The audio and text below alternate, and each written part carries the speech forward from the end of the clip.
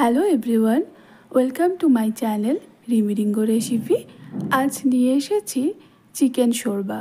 আর এই চিকেন শোরবা বানানোর জন্য আমি এখানে 500 গ্রাম মতো চিকেন নিয়ে নিয়েছি।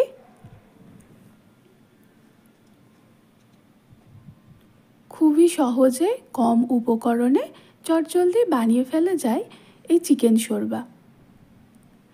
আমি এখানে দুটো চিকেনের লেগ পিস অ্যাড করেছি। আর এই চিকেনের লেগ পিসগুলো একটু ছুরির সাহায্যে হালকা করে কেটে দিচ্ছি।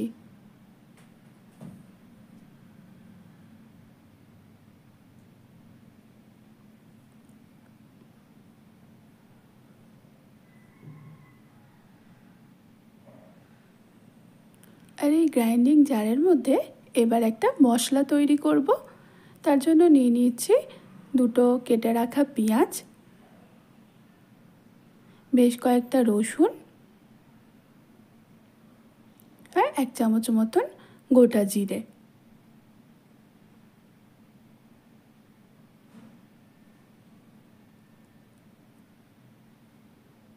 আর এর মধ্যে অ্যাড করছি 1 চামচ ব্ল্যাক পেপার পাউডার,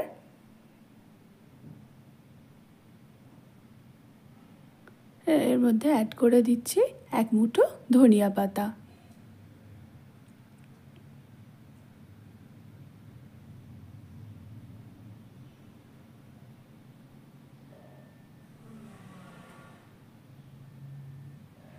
এবার এটার একটা স্মুথ পেস্ট বানিয়ে নিলাম।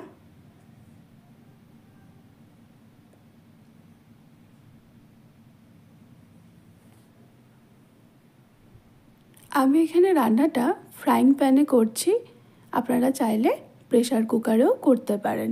যেহেতু এটা চিকেন শোরবা তাই আমি এটা ফ্রাইং প্যানেই করছি, খুব তাড়াতাড়ি সেদ্ধ হয়ে যাবে। তার জন্য আমি এখানে নিয়ে নিয়েছি একটা বাটারের কিউব।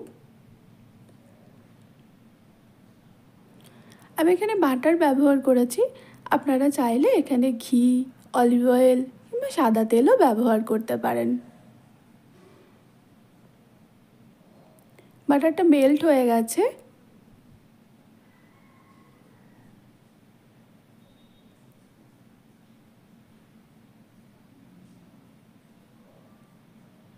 এর মধ্যে ফোড়নের জন্য দিয়ে দিলাম তেজপাতা, দারচিনি, এলাচ আর লবঙ্গ। এবার এটা একটু নেড়ে দেব।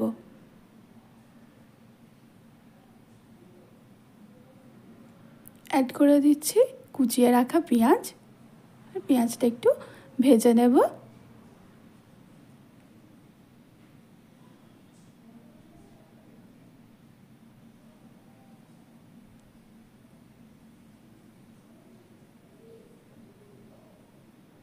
এবার দিয়ে দেব চিকেনের টুকরোগুলো।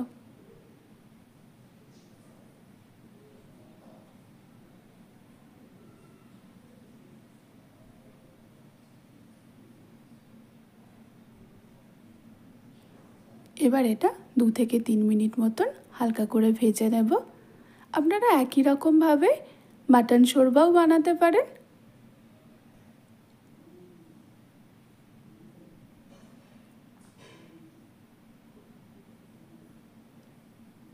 এর মধ্যে অ্যাড করে দিচ্ছি পেস্টটা।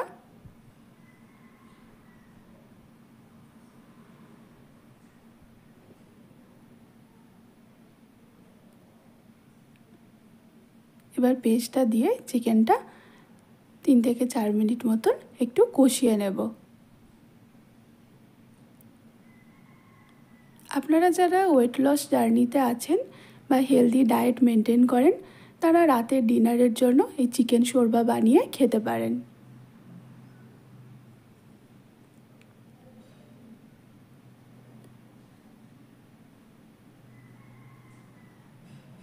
এবার এর মধ্যে অ্যাড করে দেব 2 চামচ মতন লবণ।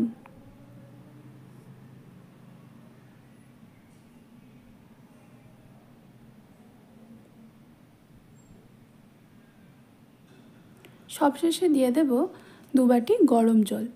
চিকেন শোরবা যেহেতু স্যুপের মতন হয় তাই এখানে জলের পরিমাণটা একটু বেশি লাগে।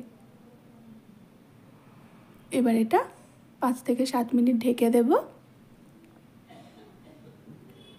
তৈরি হয়ে গেছে আমাদের চিকেন শোরবা।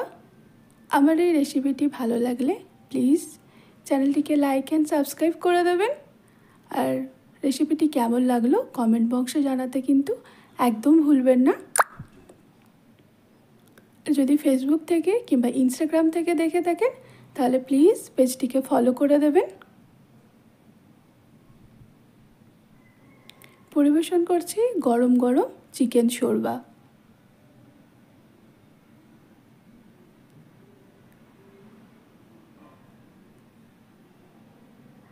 চিকেন শোরবা পরিবেশন করার সময় ওপর থেকে ছড়িয়ে দিতে হবে একটু ধনিয়া পাতা কুচি আর একটু অল্প করে লেবুর রস।